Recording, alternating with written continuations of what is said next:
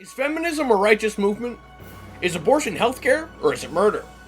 Should we stand for LGBTQ ideologies? Is homeschooling beneficial or does it hinder the success and social lives of our children? Do conservative PACs, such as Turning Point USA, actually help mobilize young conservatives? Is faith in Jesus essential in life? Amanda Wiley might just have the answers to these questions. Ms. Wiley is a young homeschooled high school graduate who is the former president of the Johnson County Turning Point Hub in the great state of Missouri. Join Ms. Wiley and myself for our discussion over these issues in the 15th episode of Hot Take.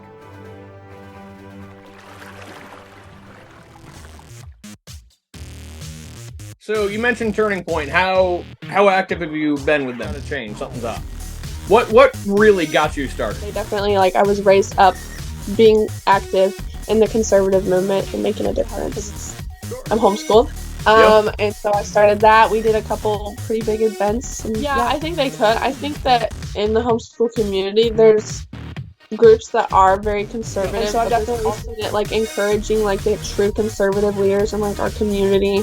They just love us, and I guess you could say I remember when I was 7 or 8, there was a zoning law that they were trying to get passed in my county, and I remember helping my dad paint signs on plywood, and then he would go around with his truck and ask people to put it out in their yard. So that, and then whenever the Tea Party was a big thing years ago, around Obama,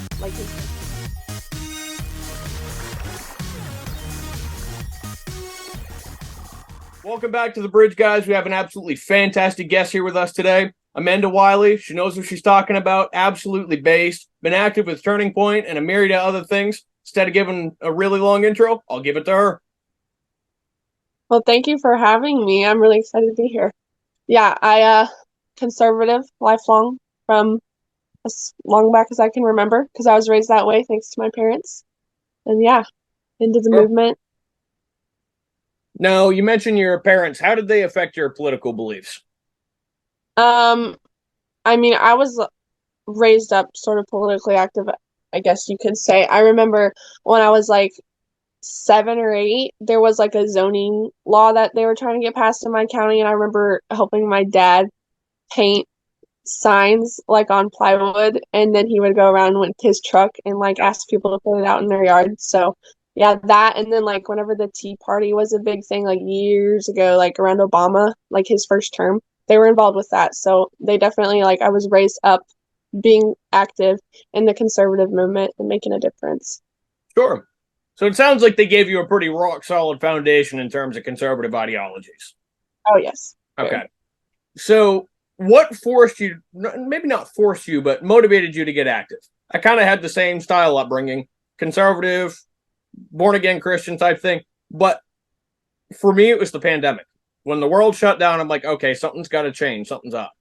What really got you started? It was more of a slow, gradual thing. It was kind of opportunity after opportunity. Definitely with the pandemic, that's when my parents and so therefore me got really active. But I really didn't start getting super active until Turning Point. Yep. Which was probably last fall. Okay. I think I started really getting active because that door was open for me and I went with it. But it's been a slow, gradual thing up until this point. Sure. So you mentioned Turning Point. How active have you been with them?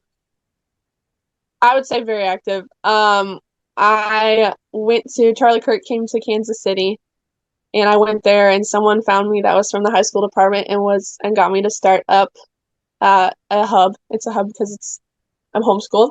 And so I started that. We did a couple pretty big events, and yeah. Sure. Got to go to lots of conferences. So Turning Point, you've been active with them. Now, do you call them chapters or hubs? It's called a hub because we're not recognized by school. So it's our whole county. Sure. So you got a hub started. It was Johnson County, correct? Yep. Okay. How has that affected your community, especially people our age? It has affected it. I would say it more so has affected people older than us because I've seen in our community that it's more with the hubs, it's more like community oriented as opposed to like a school and like a campus. Yeah. And so I've definitely seen it like encouraging like the true conservative leaders in like our community. Sure. Um, they just love us, and it's not a big hub yet. We're trying to make it bigger, and so it hasn't really affected a lot of high schoolers, I feel like, but it's definitely been an encouragement to those older people that are out there doing good things. Now, on the topic of homeschooling and Turning Point, there was a homeschool hub that started in Waterville here in Maine, and it absolutely popped off with its like first or second meeting, close to 30 Mhm. people. Wow. Compare that to some GOP meetings where there's only a few people. That's a drastic difference. Do you think the Turning Point chapters and hubs out in Missouri can do the exact same thing in the future, or are you already there? I think Missouri doesn't have a huge base for like Turning Point. We don't have a lot. There's a lot of just very like small towns with not a lot going on, but Yep. it is definitely growing. I mean, even like right now, my cousin, she goes to the college here in a town close to me, and she's really working on getting a Turning Point chapter started there. And I Yep. know of some other ones that are just starting up. So it's definitely it's growing, but it's not big yet. Sure. Well, I mean, the biggest thing is getting it started. I think that's something we've struggled with here in Maine is a lot of people, they don't know where to start, so they don't. Hmm. Uh, Right. Yes. Now, mentioning homeschooling, have you seen the homeschool community? Do you think they could be a base to some of these operations? Yeah, I think they could. I think that in the homeschool community, there's groups that are very conservative, but there's also groups that are not as conservative. So you have to kind of get the right ones. Because some people I've found they homeschool more so because they like to, be with their kids, which is good. And then there's the homeschool people, more like my parents, that were like, school systems are messed up and we don't want our kids around that. And so we have to homeschool, sort of a thing. So you have to make sure that you're in the right homeschool group. Sure. Okay, so we've covered homeschooling, some of the benefits of that. Actually, before we leave that, how has it benefited you? Homeschooling usually gets a bad rap. I was homeschooled for quite a few years. I have a ton of friends that were homeschooled. It was fantastic across the board. How has it affected you? It has affected me in a very positive way, I would say. Um, it helped. There's a lot of practical things because, like, with homeschooling, you can have a job that's like in the morning. Because I would like work like a whole day, and then the rest of the week you do your school Hmm. and stuff like that. And then you can do your school on weekends, and so it's very flexible, and that's one thing that I love. But it also makes it to where I was always doing school through the summer because I would get behind, but that's okay. Um, also, I lost my train of thought. Oh, Just also, about I love, homeschooling and in the summer and things like that, and the flexibility and things. yeah, but also I love like the groups that we were involved with. How I had like conservative classes. Like one of my favorite things was I had a biblical citizenship class. It was like through David Barton's wall builder stuff, and so you don't get that stuff in public school, and so I love that part of it. Sure. So it sounds like the education's been pretty based, and the scheduling side of things has been quite beneficial. Um, Now, in terms of socialization, that's a huge word that everyone throws out when they're criticizing homeschooling. How Hmm. has that affected you? For me, it wasn't an issue because my parents made an effort. My friends, myself that were homeschooled, have some of the best social skills I've seen with anybody, and there's the smartest people I know. Hmm. So they don't fit the status quo of the stereotype. Have you seen similar things to that or no? Yeah, I mean, I don't know very many awkward homeschoolers. I would say that there definitely are some that are a little bit socially awkward. Like, I'm not gonna like say that that doesn't exist, but a lot of homeschoolers are also super involved in like sports and extra curricular activities like that, and that's your social time. Like, you don't need to be with other kids 24/7. And even like you saw like with the pandemic, I thought it was just so funny because homeschoolers were out doing stuff just like normal. And then you had like these public schoolers that had to like sit away from everyone with a mask on, all this stuff. And I'm like, they're the ones that are going to be getting socially behind. And it happened, especially with like younger kids. Yeah. No, 100%. Okay, so a total pivot in terms of topics, but politically speaking, what would be your top issues? Probably if I had to pick, I would say feminism. I hate feminism. It's horrible. Abortion, and then like all of the crazy trans stuff that's happening. Well, you That's and like, I agree on quite a bit then. um, so you mentioned feminism. Where are your qualms with that? Especially coming from it. It's one thing for me to say I'm against it, and people can just say, "Well, you're a man." yeah. But being a lady, where are your qualms with that standpoint? I think it just feminism, there's like so many things that have come from that. And it's like a huge topic. But you like the whole thing of like women should only like be worrying about their career and stuff. And I'm like, that's not gonna make them happy because we're not designed to do that. We're designed to be nurturing and taking care of the home and the family and stuff like that. And so it's really hurt women. And I've seen that. And then there's a lot that has come from feminism.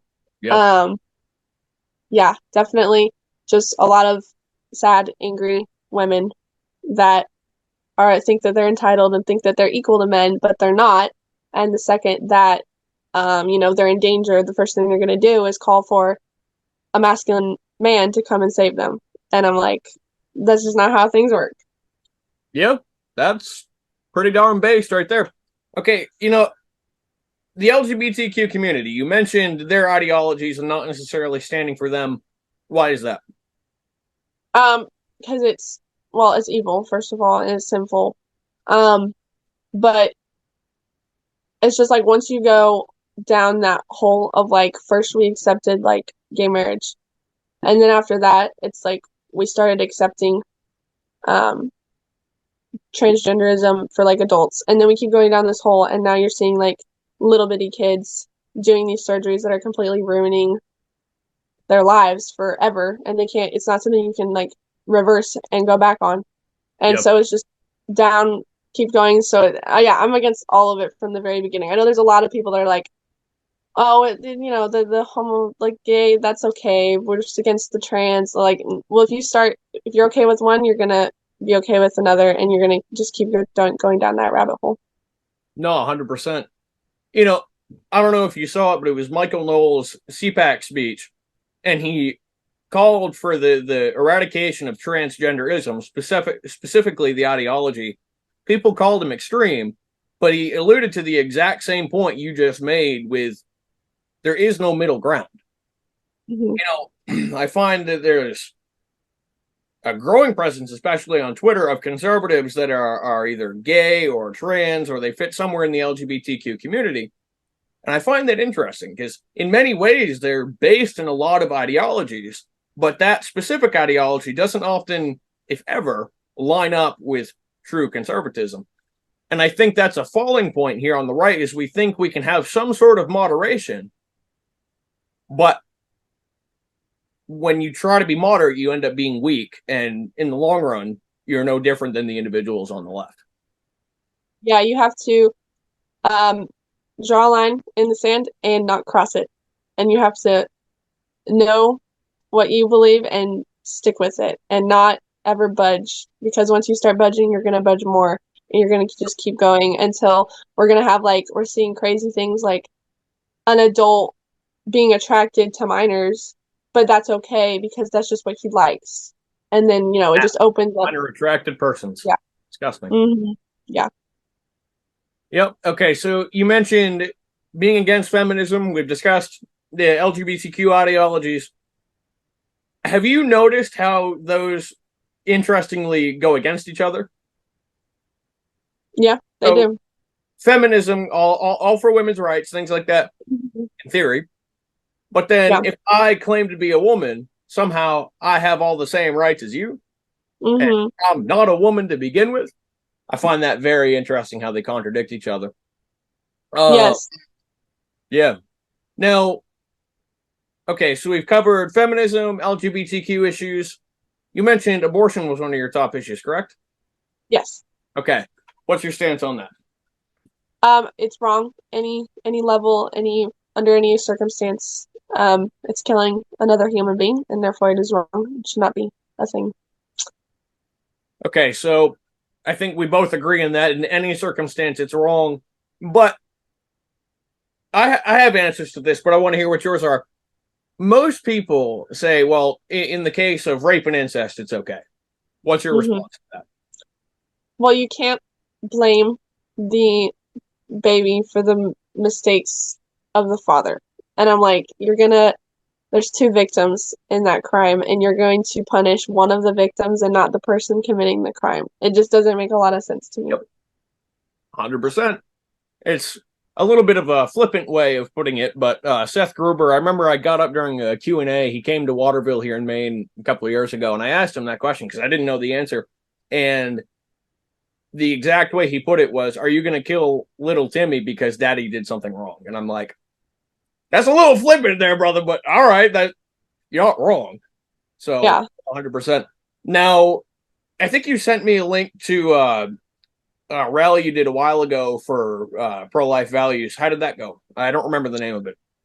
It was called the post-road generation, Yep. because our generation is the post-road generation. It was I think a week after the 1 year anniversary of Roe v. Wade being Yep. overturned. It went really good. We had like over 80 people. That was an event we did with Turning Point. And yeah, it was really good. We had a couple local speakers, and then we had someone from Arkansas came up with her organization, Counteract USA. Shout out to them. Yep. Um, yeah, it was really good. People were really encouraged, and I think it went really well. And the speakers were really good. Yep. So yeah. Now, you hosted it in a fellowship called the Cowboy Church, correct? Yes. Okay, Cowboy so Church. the name is absolutely fantastic. I got to know, where are their ideological standpoints? They're just they're fairly new church, and they're just out there trying to, bring the gospel to people. They're very conservative. Yeah, they're awesome. It's like Absolutely there's fantastic. a lot of cowboys there. I will Yep. say it's true to the name. Not everyone, but there's a lot. That's fantastic. Um, so speaking of the church, how has the church's response been to your efforts and Turning Point's efforts, broadly speaking? Um, I mean, it has been negative. I haven't really reached out to a lot of churches, so I don't know for sure. The Cowboy Church obviously is very supportive and encouraging, and they love what we're doing. Other than that, I know there's a couple strong conservative churches in our area. Um, but I haven't had any negative responses. That's good. But I haven't tried. Like, there's a church in my town that has like a gay flag, and I haven't actually gone there and been like, "Do you want to come to my Turning Point event?" Because that doesn't make a lot of sense to do. I'm sure it wouldn't be a very positive response, but yeah. Okay, you brought up an interesting topic there. What's your response to a church flying a pride flag?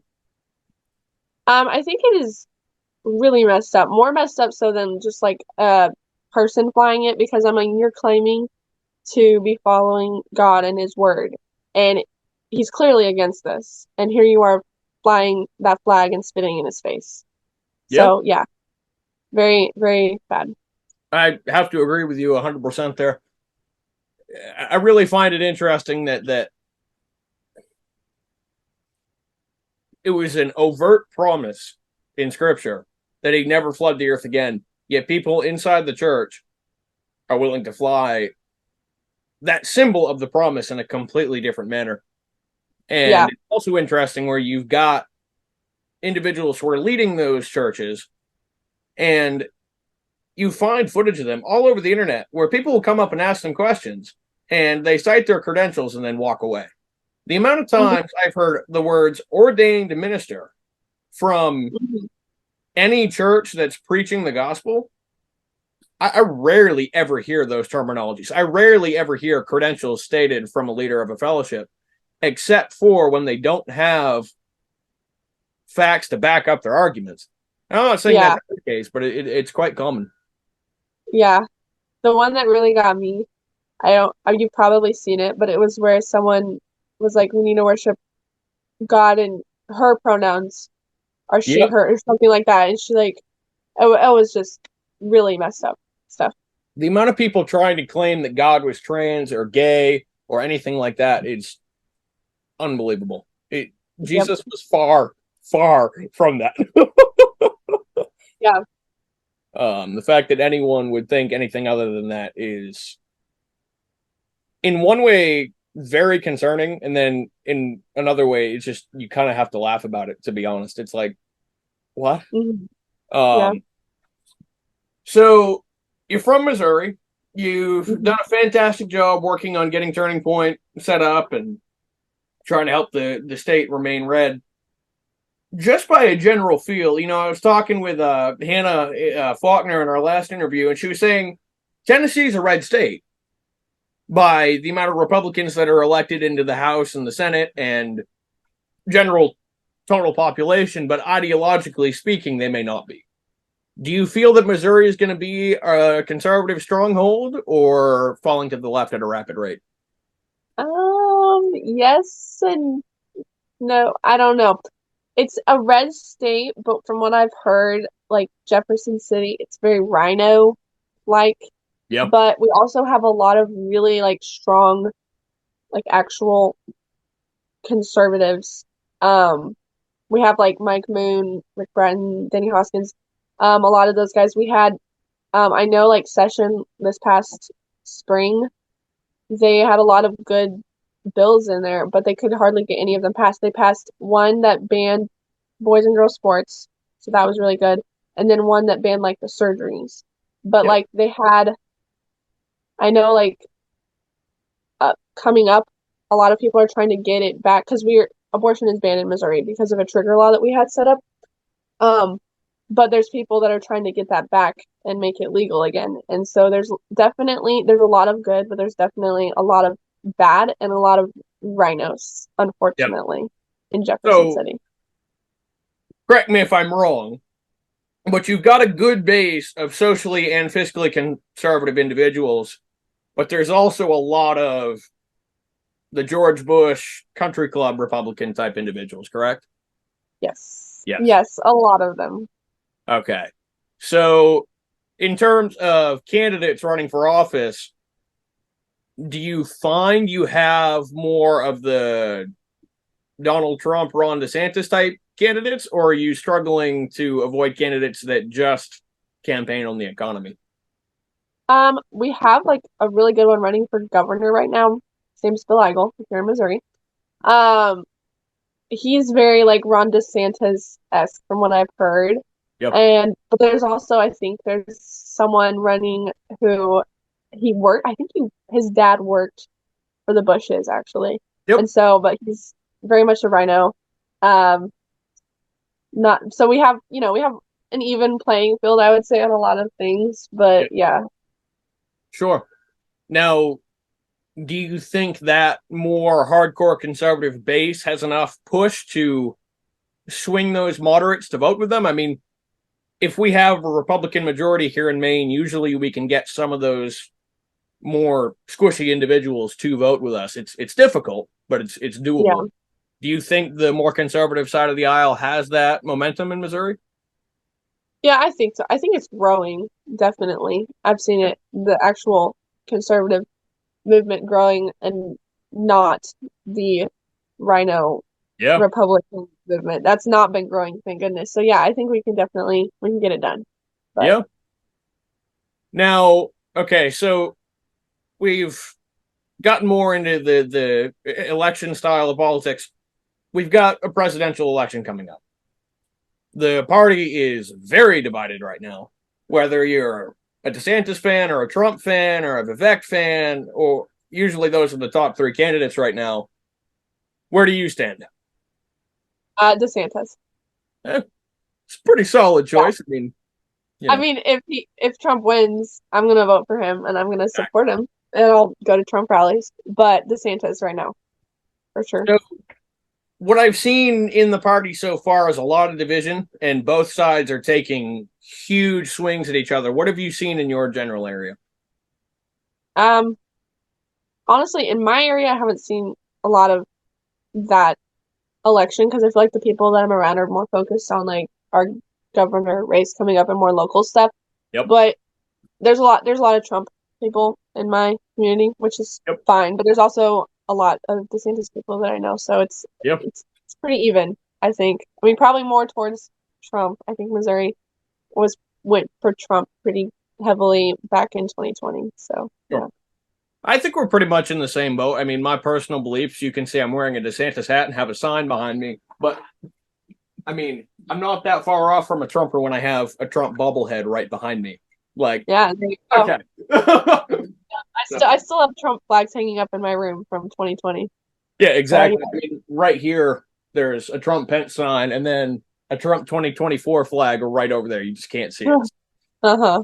Not that far off. Yes. How do you think the next presidential election is going to play out in Missouri? Let's say Trump is the pick. How do you think that's going to play out? If he's the pick, he's gonna win. Because he won in 2016, he won in 2020, and I think that it'll just be more now, especially because of all the election fraud. People are like, we want him to win because we feel like this was stolen from him and he needs this back. So I think he shouldn't have any problem with Missouri. I feel like he might not even ever come do any rally in Missouri just because he got it so easily the past times. So, which is a bummer because I love a rally to go to. I think that's a mistake. One thing I noticed, the last election cycle here in Maine, we had a huge congressional and gubernatorial race. It was absolutely massive. But there was one tactical error we made. We focused so hard on swinging moderates that the base wasn't necessarily neglected, but we didn't put enough focus on them. Oh. If Missouri is a state that's going to be a pretty solid base, which from what you described, it sounds like that. If you have a rallied up base, that's going to catch the attention of moderates. I hope he makes it over there. Yeah. I don't know. I don't pay close enough attention to know like a whole lot about Missouri and the presidential race, but yeah. Well, you're talking to a GOP guy here. I mean, this obviously bridge has nothing to do with the GOP, but I'm pretty active with it. Okay, so we've covered you're pro-life. You don't necessarily stand with LGBTQ ideologies. Definitely against feminism. Really hoping that Missouri stays a conservative stronghold. Nationwide, what's your feel? A lot of people, I had a lady say to me that we're at a precipice. We're at a tipping point. I've been hearing we're at a tipping point for, since 2016? Where do you think we stand nationwide? Are we falling to the left? Is the right taking back momentum? Where do you think we're at? That's a really good question, and I don't know. I definitely have been seeing like people aren't so much like everyone keeps talking about unity, and I'm like, that's not going to happen. And people are you're seeing a lot of like true conservatism, and then you're seeing like the crazy people that keep getting more and more crazy, but then you're seeing the conservative movement growing and people being more bold and standing up more. Yeah. So that's really the only observation I've made about like the nation as a whole, which is, I think, encouraging. If anything else, like these are your people and these are the people that you stay away from. Sure. So you mentioned the conservative side of the aisle, the true conservatives stepping up.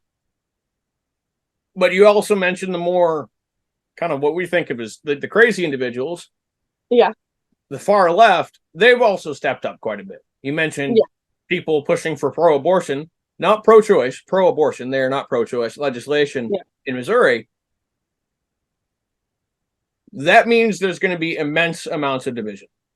I know, I agree with you. Unity should be brought up as little as possible in politics because it's a very difficult thing to achieve. But how can we repair some of the social fabric here in the nation? Another good question that I don't know if I have a good answer for. I mean, just talking to people and helping change their mind and asking them like tough questions that they don't have an answer for because they're wrong. just conversations with people, stuff like that. That's how you change Sure. people's minds. I think you're 100% right. Last election cycle knocked thousands of doors, and you and I both pretty rock solid conservatives. I could talk with people on the far, far left. They may not like me very much, but it could be civil. If Yeah, unity doesn't come, we can at least strive for civility in discourse. I think that's huge. yeah, So, definitely. civility in discourse, hopefully finding some bonding points in the future. We're at a crazy point where nationwide we're divided, but also in the Republican Party, we're starting to see some of that crazy division as well. Yeah. And some people say kick the moderates out, but we need them to win. How do you think we can swing moderates to the more conservative side and be willing to step up for conservative values? How do you think we could do that? Um, I don't know. I don't know if I have an answer for that one. Do you think there's Haven't- anything we could do specifically with organizations like the GOP and Turning Point to reach them? Because I find it's difficult sometimes to even get a conversation with them. Yeah. Um, Again, just like having those conversations and also just like being involved because I know there's a lot of like GOP like rhinos Yeah. that get mad at conservatives because it's like they're coming like just the past like since COVID and stuff, they're being more active and stuff. They're like, we've been here for 20 plus years and now you come in here. So definitely just getting involved, and not just showing up and then complaining to them for not doing their job, but actually getting involved. I would say that that would be one of the biggest things because then they're going to get mad at you Yep. and you have to, you know, No, you're 100% right. Now, do you see a lot of this is something I've noticed is I'm active, I'm vocal. People will say they support me, but they don't do anything. Have you noticed that where they come and say good job, but then they're dead silent after that?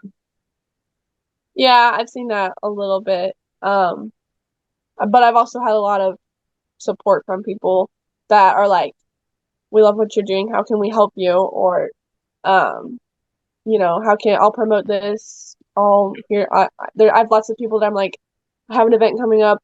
Do you know of anything I can go to promote it at? And they're like, yes. And they send me like a list of events and like within a month. They're like, you can come to all of these things and speak. And I'm like, awesome, thank you. But there's definitely others that are like, that's so cool. And then they don't show up. They don't get involved in any way. Yeah. Now, what have your main outreaches been? You're active with Turning Point. Is it what have been your methods of reaching people? I go to a lot of community events. Like if I can find something, I try to go to it. So Yep. like Republican Central Committees, we have some local like We the People is what they're called. We have two groups of those. We have the Missouri Freedom Foundation. I've been to I think one of their events. And then just like those local community getting together to talk about something, and I'm like, can I promote my event at your thing? And they're like, yeah, sure. Yeah. So that's my So yeah. a lot of public speaking. Yeah. Yeah. Yes. How has the community reception been? Kind of, I mean, yes, you've got some support from the evangelical side of things and the homeschool base, but outside of that, how has the community reception been?